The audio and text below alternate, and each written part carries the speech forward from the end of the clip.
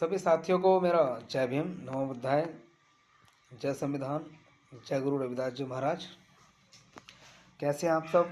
आशा करता हूँ आप सब अच्छे होंगे। अगर आप मेरी वीडियो को फेसबुक पर देख रहे हैं तो फॉलो कर लें, और अगर यूट्यूब पे देख रहे हैं तो चैनल को सब्सक्राइब करें। और सबसे महत्वपूर्ण बात कि मेरी वीडियो को शेयर करना बिल्कुल ना भूलें। आज का टॉपिक है यूजीसी पे हम बात करेंगे, जो एक बिल कानून पास हुआ है और जो मैंने चैलेंज ले रखा है उस चैलेंज का है छठा दिन। तो उसके लिए बात करेंगे, वो तो हम बात करेंगे डेली, रोज़ाना अपने चैलेंज के लिए, अपनी चुनौती के लिए।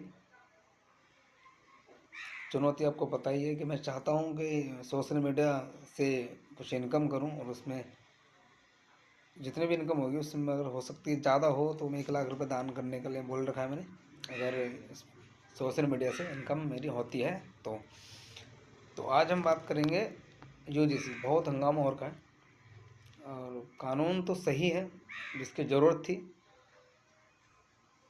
कई दशक पहले ये कानून आ जाना चाहिए था, लेकिन अब जाकर आया है तो इसकी ज़रूरत थी, क्योंकि ये प्रभावित करेगा देश की 85% जनसंख्या को।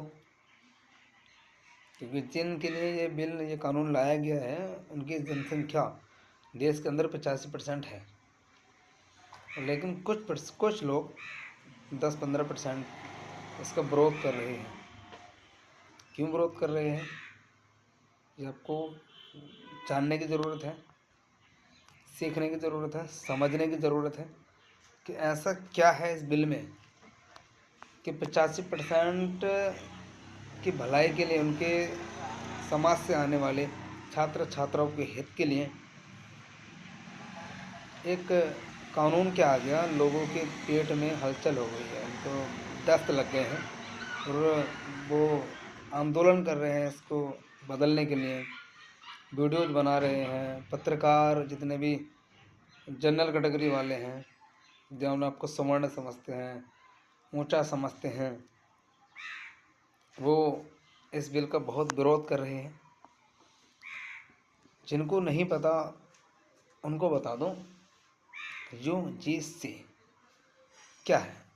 यूजीसी का मतलब हो गया, आप इंग्लिश में समझें तो यूनिवर्सिटी ग्रांट्स कमीशन, इसकी फुल फॉर्म है। और हिंदी में बताएं तो विश्वविद्यालय अनुदान आयोग। इसका मुख्य कार्य जो विश्वविद्यालयों में SC, ST, OBC समाज से आने वाले छात्र छात्राएं हैं, जिनके साथ इन विश्वविद्यालयों में भेदभाव होता है, जाति को लेके उनको प्रताड़ना दी जाती है, उनको सताया जाता है, परेशान किया जाता है, जिस कारण इससे परेशान होकर इस समाज के छात्र छात्राएं पढ़ाई भी छोड़ देते हैं। बहुत से केस में आपने देखा होगा कि आत्महत्याएं भी हुई हैं, बहुत ज़्यादा संख्या में, क्योंकि देश के हित के लिए सभी समाज का शिक्षित होना बहुत ज़रूरी है। सभी समाज शिक्षित होगा तभी हमारा देश आगे बढ़ेगा। अगर कुछ % के शिक्षित होने से ही देश आगे बढ़ा होता या बढ़ता तो हमारा देश गुलाम ना हुआ होता। कहते ना, एक गलती से सबक लेना चाहिए, लेकिन हमारे देश के कुछ लोग हैं मनमुद्धि, पाखंडी, अंधविश्वासी, कि उनको अकल अब भी नहीं आ रही। इतना कुछ सहा हमारे देशवासियों ने, गुलाम रहे। हमारे जैसा इस अशोक का देश, सम्राट अशोक का देश गुलाम हुआ लोगों की गलत नीतियों से, जातिवाद से, भेदभाव से, इन सब के कारण। फिर भी हम उस चीज़ को छोड़ नहीं पा रहे। गुलामी के बाद 1947 में हमें आज़ादी मिली और आज है 2026। 1950 को हमारा संविधान लागू हुआ था, जिसमें सभी के लिए हक, अधिकार, शिक्षा, ज्ञान, समानता, सब कुछ लिखा। और गणतंत्र दिवस से हमने 77वां बना दिया।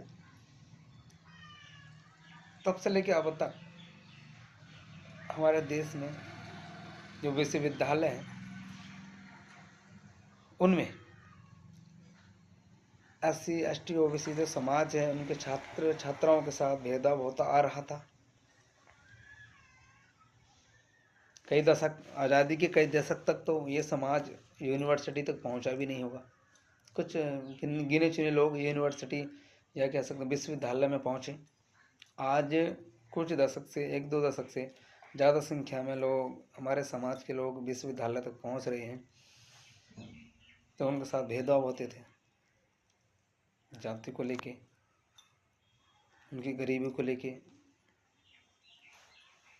तो उस सब व्यवस्था को बदलने के लिए, ताकि विश्वविद्यालय शिक्षा का एक ऐसा केंद्र जहाँ सबको ज्ञान मिले, लोग आगे बढ़ें, तरक्की करें, देश के लिए कुछ करें, ऐसे संस्थानों में भेदभाव, जातिवाद होता आ रहा था। उसको बदलने के लिए बीजेपी सरकार ने एक कानून क्या लाया।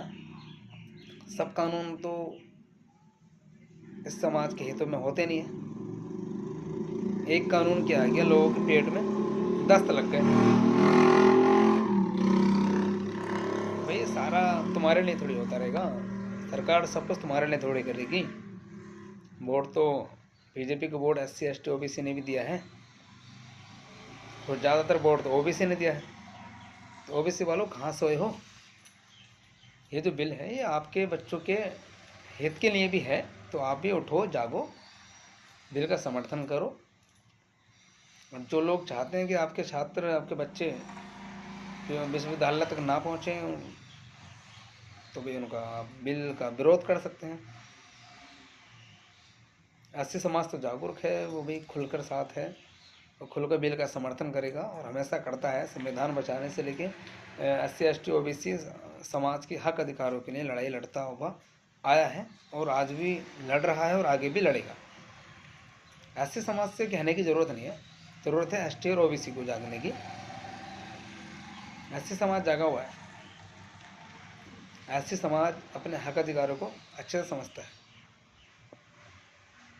तो OBC समाज, ST समाज, आप लोगों को जागने की ज़रूरत है। बिल को पढ़ें। अगर आप चाहते हैं कि आपके बच्चे अच्छी शिक्षा लें, उनके साथ भेदभाव ना हो, तो ज़्यादा से ज़्यादा संख्या में इस बिल का समर्थन करें। और मैं कहूँगा कि सरकार से कि आपने ये बिल जो समाज के हित के लिए लाया है, इस पर बने रहें, किसी के दबाव में आकर इस बिल को ना बदलें। अगर ऐसा होता है तो देश के अंदर बहुत बड़ा आंदोलन होगा जो आपसे सहा नहीं जाएगा। एक अकेले SC समाज का आंदोलन आपसे सहा नहीं गया, अगर ये तीनों समाज मिलकर आंदोलन करेंगे तो आपका क्या हाल होगा। तो मेरी सभी से विनती है कि बिल को पढ़ें, लिखें, जानें, समझें, समर्थन करें। और जो विरोध कर रहे हैं उनसे भी प्रार्थना है कि भाई ऐसा ना करें, क्योंकि अगर समाज एकजुट होकर आपके ऊपर चढ़ गया तो कदम भागना बहुत दूर, कदम हिलाना भी भारी पड़ जाएगा। इसलिए सारा कुछ आपके लिए नहीं है, समाज भी देश के अंदर रहता है। हमारे समाज के लोगों ने भी देश के लिए बलिदान दिए हैं राजा महाराजाओं के साथ, और राजा महाराजा भी रहे हैं। हमारे समाज का इतिहास जो है इतना तगड़ा, इतना खतरनाक है कि उनको आपको बता दें तो आपकी रूह कांप जाती है। तो ज़्यादा बताने की ज़रूरत नहीं है। हमारा समाज बहुत सूरवीरों का है। तो सब लोग बिल का साथ दें, बिल का समर्थन करें। सभी को मेरा जय भीम, नमो बुद्धाय, जय संविधान।